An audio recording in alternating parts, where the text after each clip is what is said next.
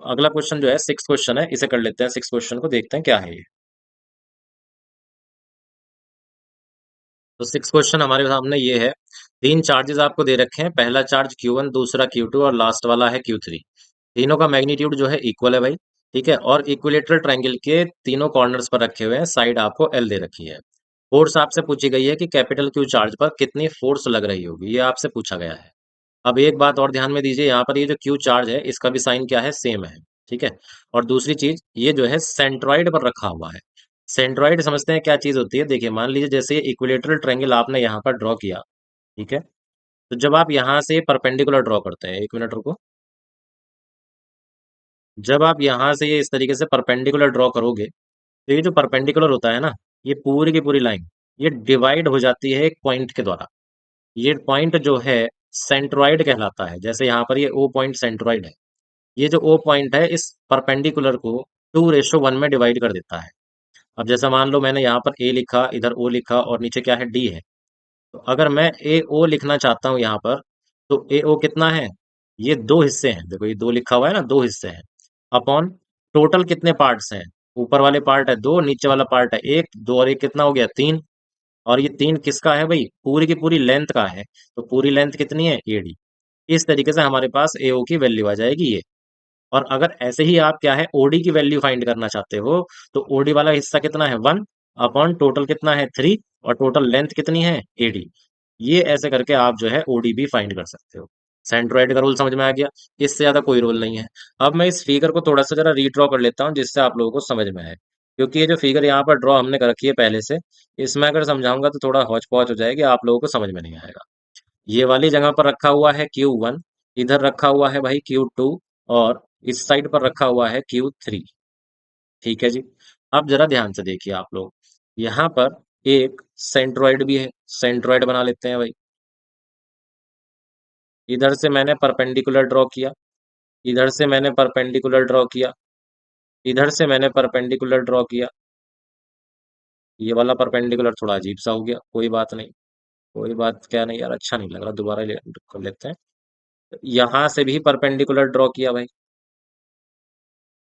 ये तीनों परपेंडिकुलर जिस पॉइंट पर मिले, वो हो गया सेंट्रोइड। सेंट्रोइड पर रखा है एक और चार्ज। ये वाला पॉइंट हो गया डी, ये वाला पॉइंट हो गया बी, और ये वाला पॉइंट हो गया सी, ये वाला पॉइंट हो गया ए। फिगर ड्रॉ हो गई। अब आप देखो, क्योंकि सारे के सारे चार्जेस सेम टाइप के हैं, तो इन पे क्या लग रही होगी, रिपल्शन लग रही होगी। जब रिपल्शन लग रही होगी तो भाई Q1 की वजह से क्यू पर जो रिपल्शन लगेगी, वो लगेगी नीचे की तरफ। ठीक है जी। इस फोर्स को मैंने मान लिया F1 वेक्टर। बी वाले मतलब Q2 चार्ज की वजह से क्यू पर जो रिपल्शन लगेगी, वो लगेगी इस डायरेक्शन में। इस फोर्स को मैंने नाम दे दिया F2 वेक्टर। और Q3 की वजह से क्यू पर जो फोर्स लगेगी रिपल्शन की, वो लगेगी इस डायरेक्शन में। इस फोर्स को मैंने नाम दे दिया भाई F3 वेक्टर। अगर मैं इन्हें अलग से ड्रॉ कर लूं समझाने के लिए, तो ये हो गया F1 वेक्टर, ये हो गया यहाँ पर F2 वेक्टर, और ये हो गया यहाँ पर F3 वेक्टर। तीनों की तीनों फोर्सेस जो है एक ही पॉइंट पर लग रही हैं। देखो ध्यान से, तीनों की तीनों फोर्सेस इस पॉइंट पर लग रही हैं। यानी कि F1, F2 और भाई F3। एंड लगा दिया मैंने दो बार, गलती हो गई। तो ये तीनों फोर्सेस क्या कहलाएंगी, कनकरंट फोर्सेस कहलाएंगी। क्या कहलाएंगी, कनकरंट फोर्सेस। ये आप लोगों ने 11th क्लास में पढ़ रखा होगा, कनकरंट फोर्सेस।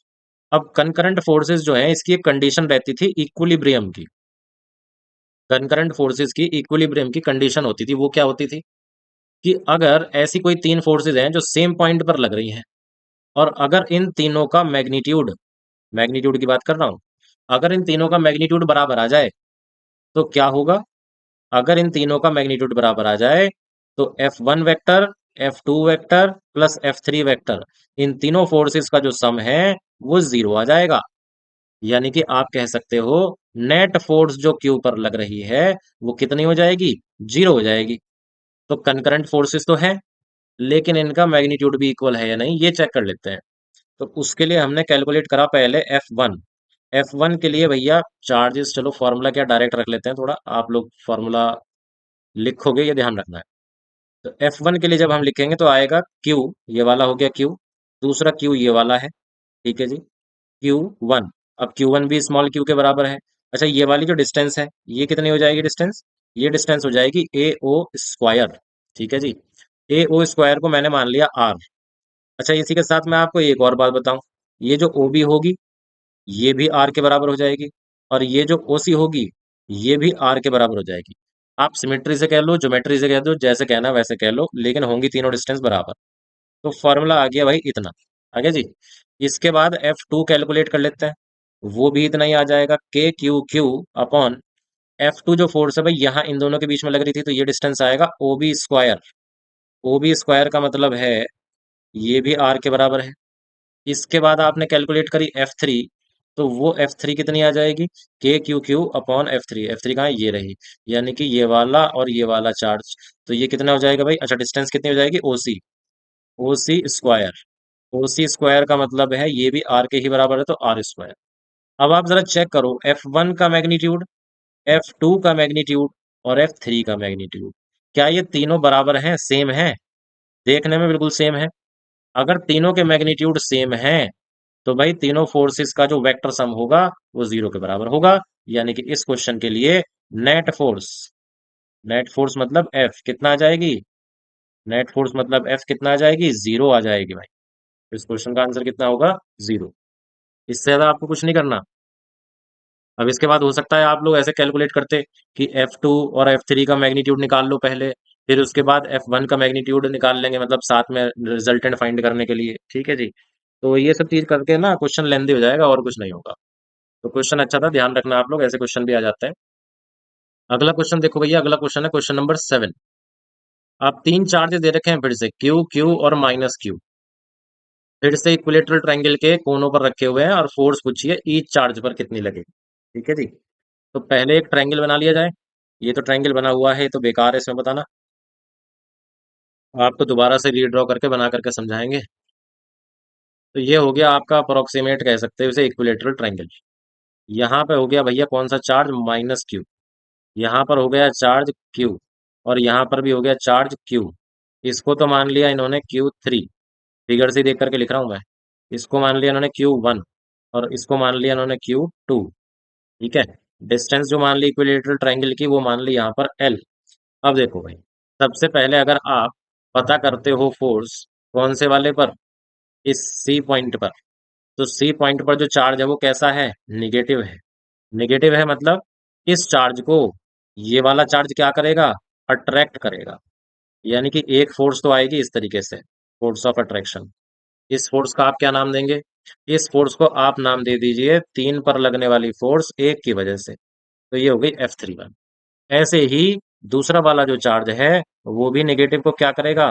अपनी तरफ अट्रैक्ट करेगा। इस फोर्स को नाम दे दीजिए F32, तीन पर लगने वाली फोर्स दो की वजह से। ठीक है जी। आपको क्या करना है? फोर्स निकालनी है इस चार्ज पर। तो पहले आप एक काम करिए, इसी चार्ज पर फोर्स निकाल लेते हैं, F3 पर। देखो दोनों के बीच में एंगल कितना होगा? 60 डिग्री का एंगल होगा। F3 कितना हो जाएगा बेटे? F31, अरे यहाँ तो वो लगेगा, एक मिनट रुक जाओ, ये लिखने से पहले हम फाइंड कर लेते हैं F31 कितना होगा।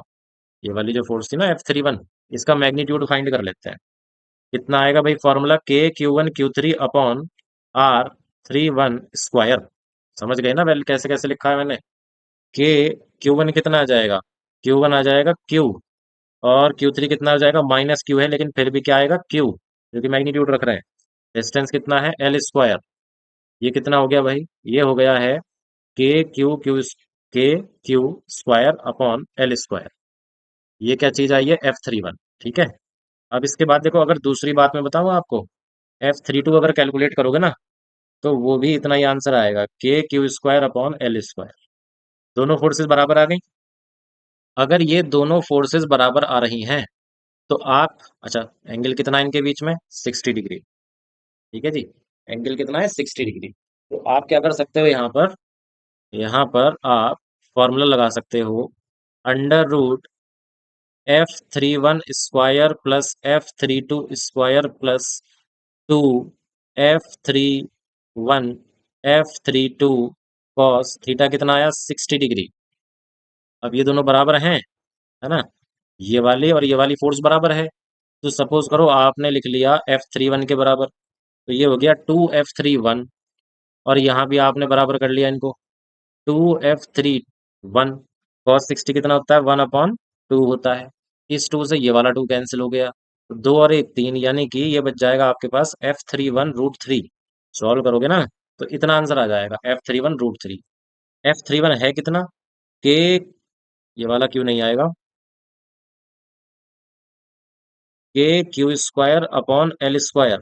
और यहाँ आ गया भाई √3, ये किसकी वैल्यू हो गई, F3 की। ये F3 की वैल्यू हो गई। अब देखो डायरेक्शन क्या आएगी, यहाँ पर देख रहे हो, एक फोर्स इधर लग रही थी, एक फोर्स इधर लग रही थी, दोनों फोर्सेस बराबर हैं। तो इनका जो रिजल्टेंट होगा ना, रिजल्टेंट F3, वो ठीक बीच में होगा। मतलब ये वाला एंगल भी 30 हो जाएगा और ये वाला एंगल भी 30।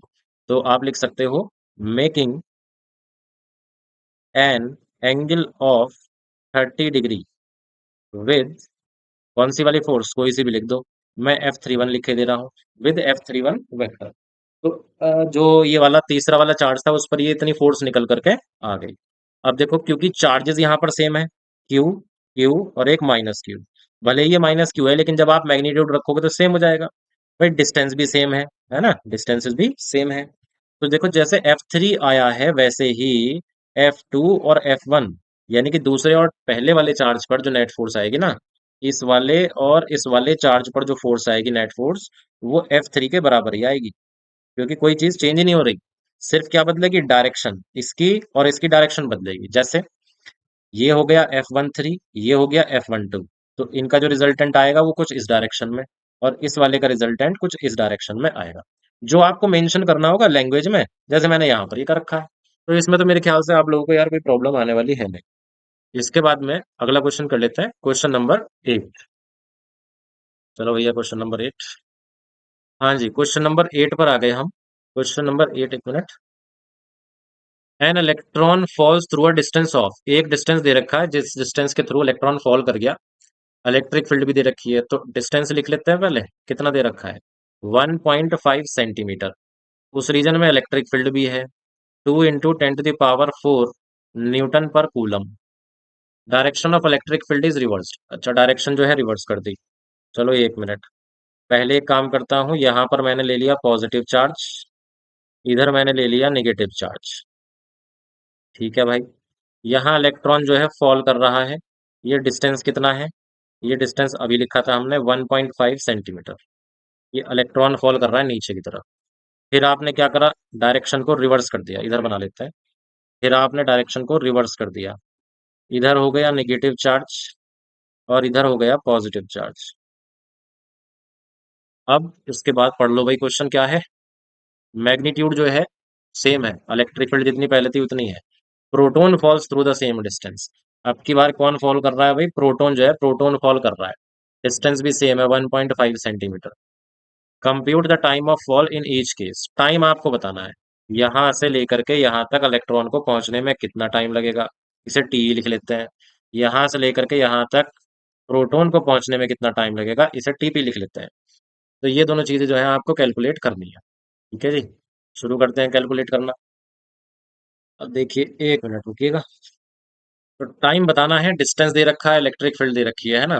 देखो क्या होगा, इक्वेशन लगानी पड़ेगी यहाँ पर, इक्वेशन ऑफ मोशन। आप जानते हो एस इज इक्वल टू कितना होता है, यूटी प्लस 1/2 AT²। अब डिस्टेंस यहाँ पर है, इनिशियल वेलोसिटी क्या रही होगी, 0। तो एस इज इक्वल टू कितना आ जाएगा, 1/2 AT² आ जाएगा। टाइम यहाँ पर अगर मैं फॉर्मूला बनाऊं तो कितना हो जाएगा, 2S/A, इसका अंडर रूट हो जाएगा। ठीक है जी, क्रॉस मल्टीप्लीकेशन लेकर के आ जाएगा आंसर। अब इसके बाद अगर मैं ए की बात करता हूं, तो ए इज इक्वल टू कितना होगा, F/m। अपॉन के अपॉन में आया तो वो m ऊपर चला गया। अब देखो भाई फोर्स कितनी होगी, है ना, फोर्स कितनी होगी, फोर्स तो दे नहीं रखी, तो फोर्स की जगह क्या आ जाएगा, QE आ जाएगा यहाँ पर। तो ये आपके पास फॉर्मूला बन गया। देखो अब आपको सारी की सारी चीजें पता है। अगर अब आप वैल्यूज पुट करते हो ना इसमें फॉर्मूले के अंदर, तो कितना आ जाएगा, 2 × डिस्टेंस तो आ गया 1.5 सेंटीमीटर। मास कितना होगा भाई इलेक्ट्रॉन का, 9.1, पावर आएगी -31। और अपॉन में आंसर कितना आएगा, चार्ज, चार्ज कितना होगा, 1.6 पावर -19। और इलेक्ट्रिक फील्ड कितनी दे रखी है, 2 × 10⁴। इसको सॉल्व कर लेते हैं भाई। ये आ जाएगा 3 × 3, 3 × 9 = 27। ऊपर तो आ जाएगा सॉल्व करके इतना। पावर क्या आ जाएगी? 31 और 2 33। माइनस की आ गई पावर। ठीक है। अपॉन में देखते हैं कितना आएगा। 16 दूनी 32 यानी कि 3.2। और 10 की पावर कितनी आ जाएगी भाई? -15। इसको सॉल्व करते हैं। अंडर रूट के अंदर चल रही हैं चीजें। अब यहाँ पर कैलकुलेटर यूज करना पड़ेगा भाई थोड़ा सा। हाँ जी। तो 27.3 डिवाइडेड बाय 3.2, 8.5 आ गया। ठीक है।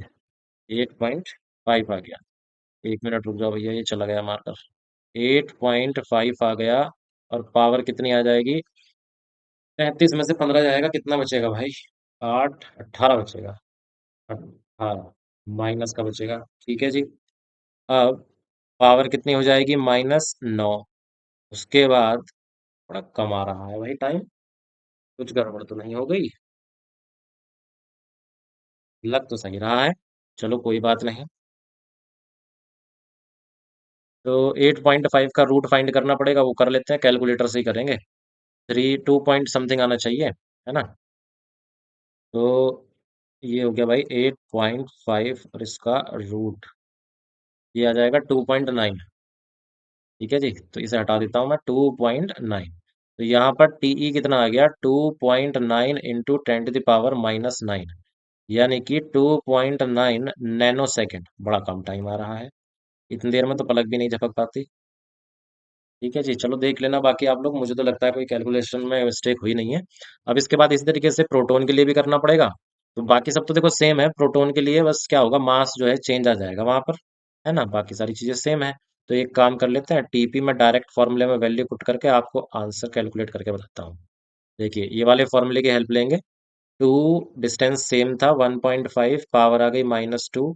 और मास प्रोटॉन का आएगा आपकी बार 1.67, पावर आ जाएगी -27।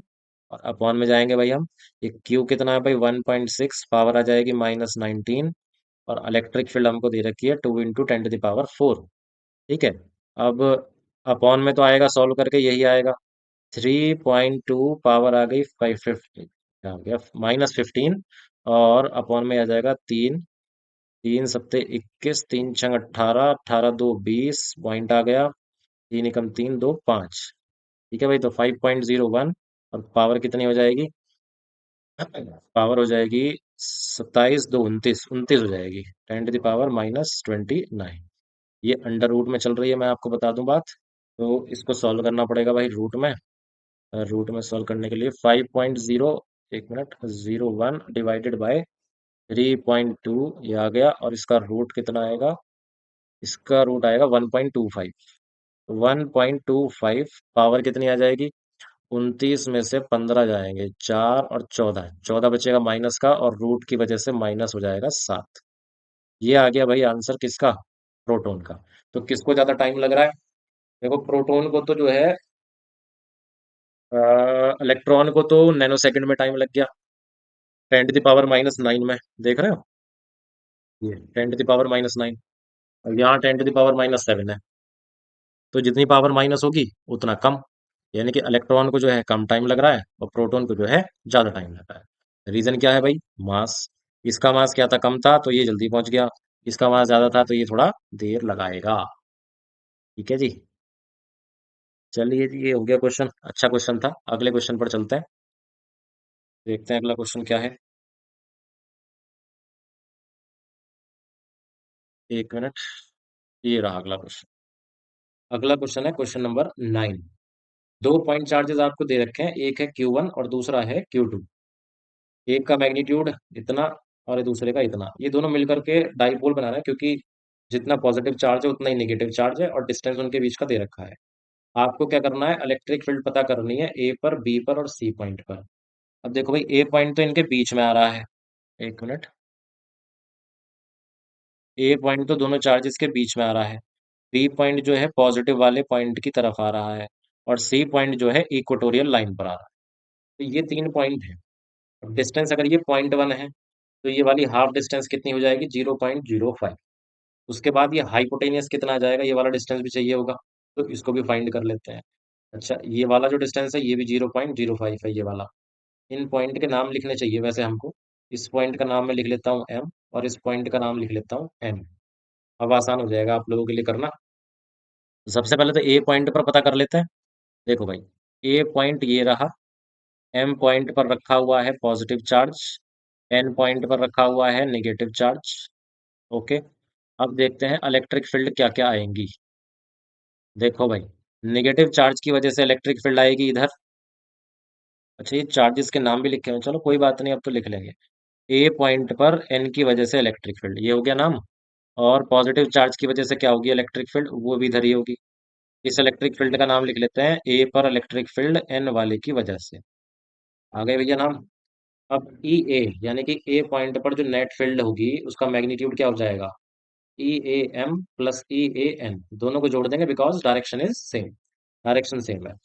तो ई ए एम कितना होगा भाई, ई ए एम हो जाएगा ए, ए और एम के बीच की बात है, ए ये रहा, एम ये रहा। तो ये वाली चीज के बारे में हम कर रहे हैं अभी।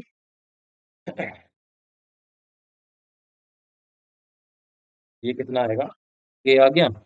अब आएगा Q M upon A M square, distance का स्क्वायर हो जाएगा। उसके बाद दूसरा इसी तरीके से करेंगे, क्यू एन, और अपॉन में क्या आ जाएगा, ए एन स्क्वायर आ जाएगा। देखो कुछ चीजें यहाँ पर कॉमन है। ए एम कहाँ पर है, ये रहा ए एम, और ए एन ये रहा। देखो ए एम और ए एन दोनों बराबर है, तो कुल मिलाकर के क्यू एम और साथ में ए एम। भाई ए एन को मैंने ए एम के बराबर मान लिया, तो उसको भी कॉमन ले लिया। यहाँ क्या बच गया, क्यू ए प्लस क्यू,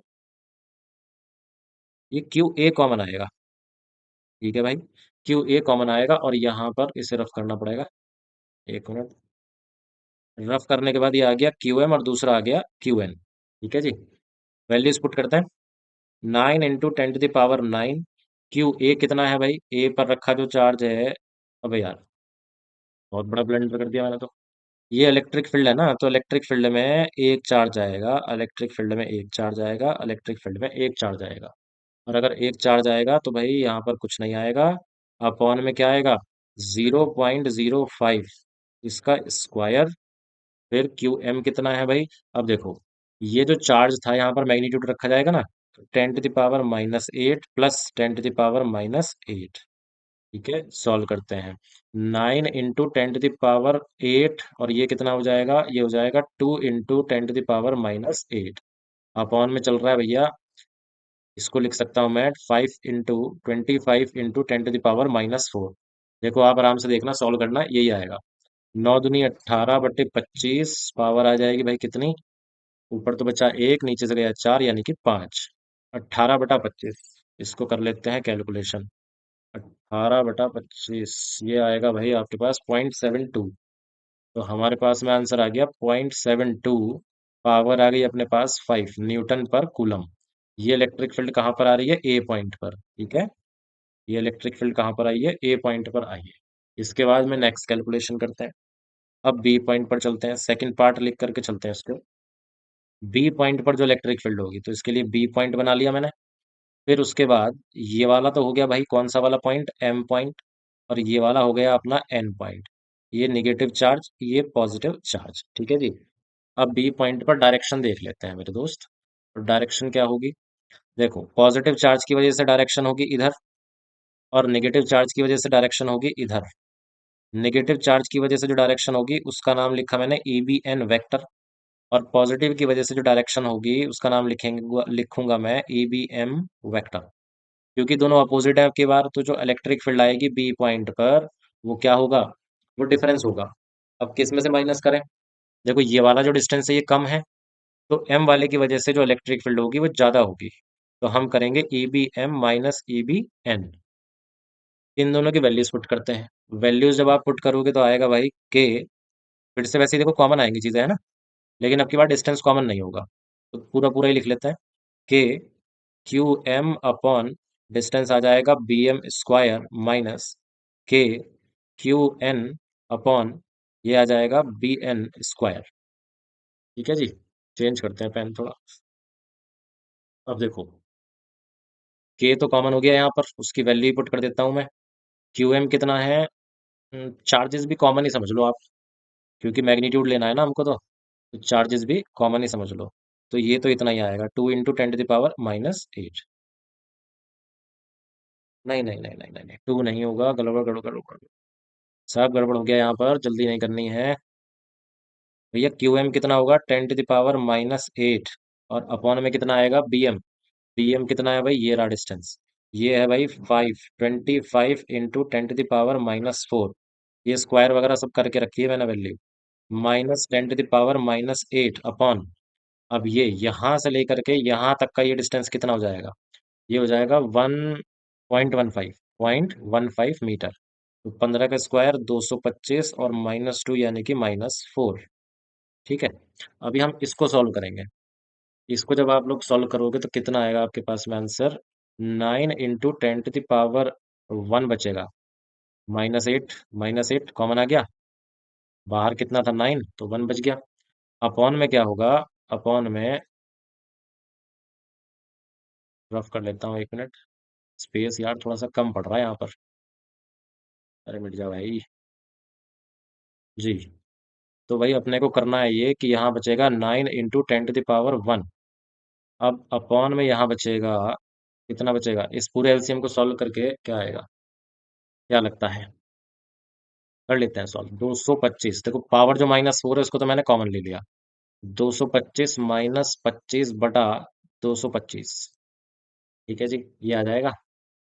इसको सॉल्व करेंगे, 9 × 10⁻5 हो गया, इंटू ये आया 200/225। अब ठीक है, इसको सॉल्व कर लेते हैं, कैलकुलेटर से करता हूँ, जल्दी आ जाएगा आंसर। ये आ जाएगा 200/225। आंसर आ गया हमारे पास में 0.8, और इसकी मल्टीप्लाई कर लेते हैं 9 में। ये आ गया हमारे पास में 8, आंसर आ गया। पूरा का पूरा कितना आ जाएगा, ये 8 आ जाएगा। 8 × 10⁻5 न्यूटन पर कूलम। ये इतनी इलेक्ट्रिक फील्ड आ गई भाई, किधर आ गई है इलेक्ट्रिक फील्ड, ये इलेक्ट्रिक फील्ड आई है बी पॉइंट पर। ठीक है जी। अब देखिए इसके बाद में सी पॉइंट की और बात रह गई है। कैलकुलेशन बहुत ज़्यादा है, स्पेस थोड़ा कम रह गया यहाँ पर। सी पॉइंट की कैलकुलेशन थर्ड पार्ट मान करके हम इसको करते हैं। डायरेक्शन में यही समझा दूंगा, तो दोबारा डायरेक्शन के लिए बनाना नहीं पड़ेगा। देखो सी पॉइंट पर क्या है, नेगेटिव चार्ज की वजह से जो इलेक्ट्रिक फील्ड होगी वो इस डायरेक्शन में हो जाएगी। इसका नाम क्या रख लेंगे हम, इसका नाम रख लेंगे हम, सी पॉइंट पर है किसकी वजह से, एन की वजह से। फिर ये जो पॉजिटिव चार्ज है इसकी वजह से इलेक्ट्रिक फील्ड आएगी ऊपर की तरफ। इसका नाम क्या रख लेंगे हम, ECM। ठीक है। यहाँ दोनों के बीच में डायरेक्शंस कह रहा हूँ मैं, एंगल है। एंगल है तो भाई आपको यहाँ क्या करना पड़ेगा। अच्छा एक बात और ध्यान दो, ये वाला डिस्टेंस इस इलेक्ट्रिक फील्ड का, और ये वाला डिस्टेंस इस इलेक्ट्रिक फील्ड का सेम है। इस वाली इलेक्ट्रिक फील्ड के लिए ये वाला चार्ज, और इस वाली इलेक्ट्रिक फील्ड के लिए ये वाला चार्ज, ये भी सेम है। तो मतलब ये है कि यहाँ पर ECM जो होगा वो ECN के बराबर आएगा। अगर ये बराबर आएगा तो EC पॉइंट पर जो इलेक्ट्रिक फील्ड होगी वो कितनी हो जाएगी भाई। ये एंगल देखो जरा, ये वाला 60, ये वाला 60। अगर ये वाला एंगल 60 है तो बचा हुआ एंगल हो जाएगा 120, है ना। अप्लाई करते हैं फॉर्मूला। देखो फॉर्मूला के अंदर मैं थोड़ा सा क्या कहते हैं, जगह कम है तो स्टेप थोड़े से स्किप करूंगा। यहाँ पर आता था A² + B², यही तो आता था ना। तो यहाँ पर क्योंकि ए और बी यानी कि ये वाली दोनों इलेक्ट्रिक फील्ड बराबर है, तो मैं क्या कर रहा हूँ, 2ECM² लिख करके चल रहा हूँ। फिर आगे भी यहाँ क्या बनेगा, 2ECM² बनेगा, लेकिन cos 120 की वजह से आ जाएगा -1/2। ठीक है। अब इसको अगर सॉल्व करेंगे तो ये आएगा √ECM, पूरे को सॉल्व करके, ठीक है, स्क्वायर हो जाएगा ये। स्क्वायर अंडर रूट हटाएंगे तो आएगा ECM, यानी कि आप ECM फाइंड कर लो, आपके पास EC की वैल्यू आ जाएगी। EC कितना होगा, KQM अपॉन CM²। देखो भाई और तो जगह है नहीं स्पेस, एक काम करते हैं, चलो यहाँ कर देंगे। K की वैल्यू आई 9 × 10⁻9 इंटू QM कितना है भाई, 10⁻−8 अपॉन में आ गया CM। CM यहाँ पर है 0.1 का स्क्वायर, 0.1 का स्क्वायर। यार एक गलती हो गई मेरे से, अभी मेरे को समझ में आया, ये मैंने पावर -4 और ये -4 लगा रखा है ना, तो ये सारी कैलकुलेशन मैंने मीटर को सेंटीमीटर मान करके कर दी। तो मैं इसको भी अब क्या कर रहा हूँ, सेंटीमीटर मान करके ही कर ले रहा हूँ। तो ये हो जाएगा, कितना हो जाएगा, इसको मैं एक काम करता हूँ, प्रॉपरली लिख ही देता हूँ। ठीक है। ये आ जाएगा 100 × 10⁻⁴। ठीक है भाई, सारी कैलकुलेशन सेंटीमीटर में मान करके चल लेना, मीटर में करोगे तो थोड़ा और आसान हो जाएगा। अब ये कितना आ जाएगा, ये आ जाएगा भाई 9 × 10⁻, 10⁻, 9 में से 8 गया 1, और यहाँ कितना बच गया भाई, -2, -3, 3 बच जाएगा। 9 × 10⁻³ ये आंसर आएगा अपना सी पॉइंट पर। देखो आंसर थोड़े से अलग हो गए होंगे, क्योंकि मैंने जो है ना सेंटीमीटर में लेकर के चल दिया जो मेजरमेंट थी। कोई दिक्कत नहीं है, समझाने का तरीका तो सही था, सिर्फ डिस्टेंस यहाँ पर गलत हो गई थी, अभी उसको तो करेक्शन करने बैठ नहीं सकते। तो आप लोग आई होप समझ गए होंगे। नेक्स्ट क्वेश्चन पर चलते हैं। नेक्स्ट क्वेश्चन आ गया अपना क्वेश्चन नंबर 10। क्वेश्चन नंबर 10 पढ़ते हैं। दो चार्जेस हैं +-10 कूलम के, 5 मिलीमीटर दूर रखे हुए हैं। आपको इलेक्ट्रिक फील्ड बतानी है पी पॉइंट पर, और ये एक्सिस पर है, 15 सेंटीमीटर की दूरी दूरी पर है। ओ पॉइंट से, ओ पॉइंट क्या है, सेंटर है डाइपोल का, या इन दोनों चार्जेस के बीच का। अबे अच्छा, ये भी आपको दे रखा है कि ये जो पी पॉइंट है ये कहाँ पर है, पॉजिटिव चार्ज की साइड में है। देखो थोड़ा सा इसको बना लेता हूँ मैं। ये हो गया माइनस चार्ज, ठीक है, ये हो गया प्लस चार्ज। इन दोनों के बीच की डिस्टेंस कितनी होगी बेटा, वो दे रखी है आपको 5 मिलीमीटर। ओके जी। अब आपको पी पॉइंट दे रखा है पॉजिटिव चार्ज की तरफ, सेंटर से लेकर के इसकी दूरी कितनी है भाई, ये वाली, ये डिस्टेंस आपको दे रखा है, कहाँ है, 15 सेंटीमीटर। ओके। चार्जेस -10 कूलम, और ये हो गया +10 कूलम।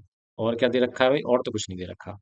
तो एक्सियल पॉइंट पर जो इलेक्ट्रिक फील्ड होती है बच्चों, फॉर्मूला हमने पढ़ रखा है, K 2P/R³ हो जाएगा।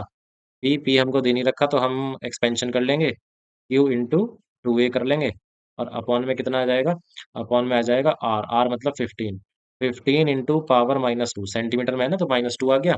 ये कर दिया हमने क्यूब, के की वैल्यू हो गई 9 × 10⁹, 2 × क्यू, कितना है भाई, 10 हो जाएगा, क्योंकि मैग्नीट्यूड लेना है हमें, और 2A हो जाएगा ये वाला डिस्टेंस। ये जो डिस्टेंस है इसको हम 2A लिखा करते हैं। ठीक है जी। तो 5 मिलीमीटर, 5 मिली का मतलब है -3। ओके। और 15, 15 × 15 का स्क्वायर 225, इंटू पावर हो गई -6। सॉल्व कर ले, 5 दूनी 10, यानी कि 90 × 10⁻। कितना आ जाएगा भाई, 9 में से 3 गए 6, अपॉन में 15 × 225 इंटू पावर -6। ये -6 पावर ऊपर जाएगी तो हो जाएगा +6, यानी कि 12। कैंसिल कर लेते हैं, ये आ गया 30, ये आ गया 5, ये आ गया भैया 6। फिर उसके बाद 3 × 2 = 6, 3 × 7 = 21, 3 × 5 = 15, तो 2/75, 2/75। मैं दो जीरोज यहाँ से ले रहा हूँ, पावर को कर दूंगा 10, 25 × 3 = 75, 25 × 8 = 200, 3 दूनी 6, 2.6 इंटू 10⁻10। ये आ गया भाई अपना आंसर, न्यूटन पर कूलम है। ठीक है जी। तो ये आंसर आ गया, ये तो इजी क्वेश्चन था, ये 10th क्वेश्चन था हमारा।